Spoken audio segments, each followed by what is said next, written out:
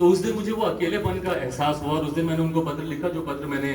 कल या परसों मैंने अपने ट्विटर हैंडल के माध्यम से आप सबके बीच साझा भी किया। और उस पत्र में भी अगर आप पढ़ेंगे तो अंत में मैंने यही लिखा कि कुछ भी है आप बात तो कीजिए, आप मुझे बुला लीजिए, जो भी आप अपनी बातों को रखिए।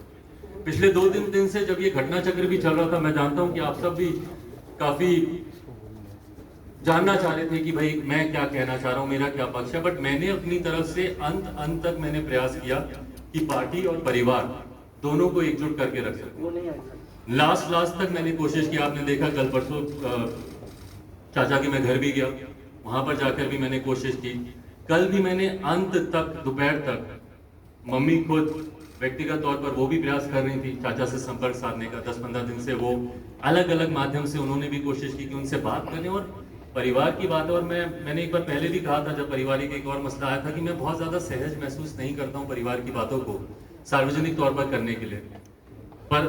कल जब अंत में आते आते जब इस बात का एहसास हुआ कि शायद अब चीजें अब हाथ से निकल गई हैं और जो मेरी कोशिश परिवार और पार्टी को एकजुट रखने की थी, जब वो सफल नहीं हुई, तो उसके बाद हम लोगों ने कल पार्टी की राष्ट्रीय कार्यकारिणी की बैठक बुलाई वर्चुअल मीडियम से। और उसमें क्योंकि पार्टी में अनुशासन कायम रहे, ये जिम्मेदारी भी मेरी है। कॉन्ट्ररी टू द बिलीफ कि कुछ लोग जो इस बात का दावा करते हैं या इस बात को कहने की कोशिश कर रहे हैं कि अब चिराग पासवान लोक जनशक्ति पार्टी के राष्ट्रीय अध्यक्ष नहीं रहे, उन्हें हम लोगों ने राष्ट्रीय अध्यक्ष से हटा दिया। मैं आप सबके माध्यम से पार्टी के संविधान की जानकारी संक्षेप में आप लोग के समक्ष रखना चाहता हूं। मेरे साथ पार्टी के संविधान के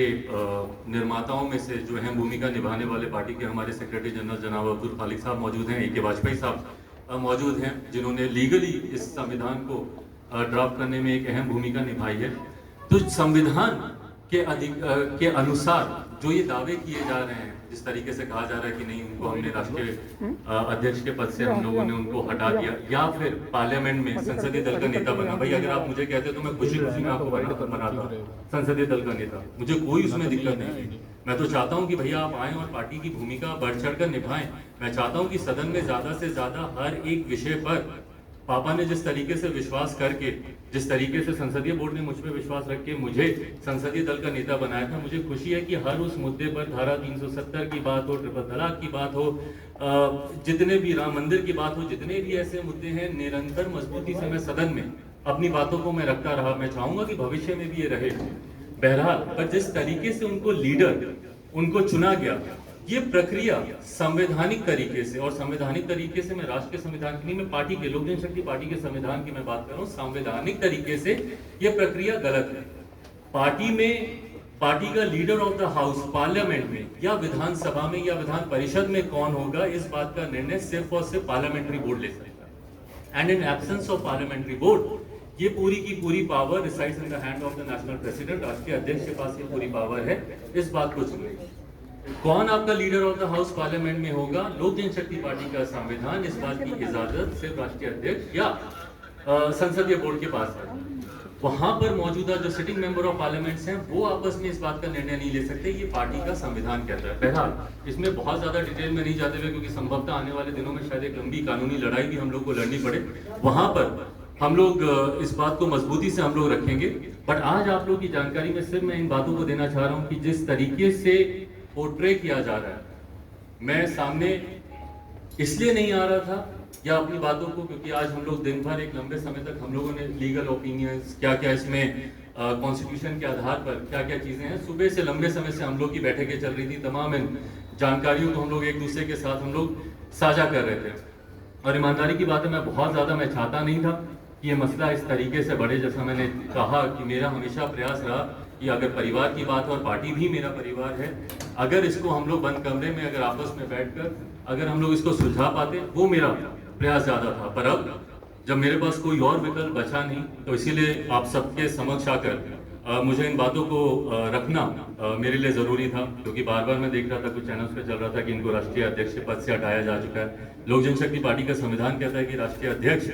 का पद सिर्फ 2 परिस्थितियों में खाली हो सकता है, या तो राष्ट्रीय अध्यक्ष का निधन हो या स्वतः अपनी मर्जी से राष्ट्रीय अध्यक्ष किसी भी परिस्थिति में जब वो रिजाइन करते हैं तो उसकी जगह दूसरे अध्यक्ष की नियुक्ति की जा सकती है। बट ये तमाम बातें, जैसा मैंने कहा, लीगल मैटर्स हैं। यहाँ पे वाजपेयी साहब मौजूद हैं, विस्तार में अगर आप इनसे अगर कुछ आप जानना चाहें तो ये आपको और विस्तृत तरीके से आपको इन सब बातों की जानकारी देंगे। पर हाँ, आज आप लोग के सामने आने का मेरा उद्देश्य बस यही था, जो एक मैंने प्रयास किया था कि शायद परिवार, पार्टी, सारा मसला सुलझ जाए। आज जब वो सुलझा नहीं तो पार्टी में अनुशासन बना रहे, पार्टी जिस मजबूती से जिन विचारों के साथ आगे बढ़ रही है उन्हीं विचारों के साथ वो आगे बढ़ती रहे। इसके लिए ज़रूरी था कि मैं अपनी बातों को आप सबके माध्यम से, मेरे जितने समर्थक हैं या लोक जनशक्ति पार्टी में जितने लोग विश्वास रखते हैं, हमारी पार्टी के तमाम पदाधिकारी, कल भी मुझे खुशी है कि जब राष्ट्रीय कार्यकारिणी की जब बैठक हुई तो उस वक्त भी हमने सारे पदाधिकारियों ने जिस मजबूती से पार्टी के पक्ष में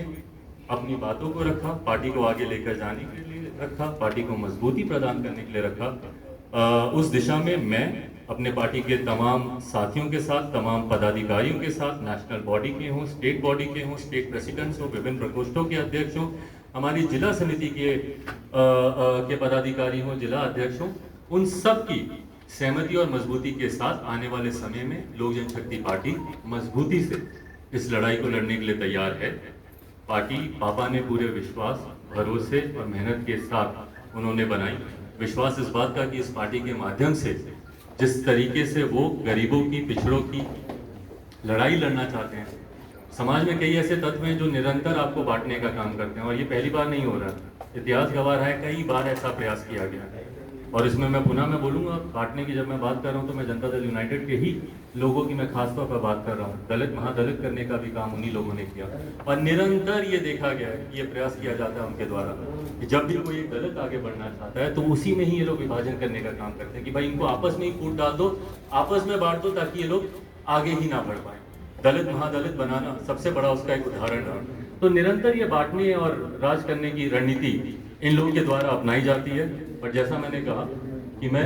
रामविलास पासवान का बेटा हूँ, मैं एक शेर का बेटा हूँ। ना मैं उस वक्त अकेले चुनाव लड़ने से डरा जब मेरे पिता के निधन को कुछ समय नहीं बीता था। उस वक्त अगर मैं डंके की चोट पर अपने मुद्दों पर, अपने अधिकारों के लिए जाकर उस वक्त अगर मैं लड़ाई लड़ सकता हूँ तो आज की तारीख में तो मेरी पार्टी, मेरे साथियों का पूरा समर्थन मेरे साथ है, मेरी तमाम पदाधिकारियों का समर्थन मेरे साथ है। और सबसे बड़ी बात, बिहार की जनता जिस तरीके से सोशल मीडिया के माध्यम से हो या व्यक्तिगत संपर्क साधने के माध्यम से हो, जिस तरीके से उनका प्यार और उनका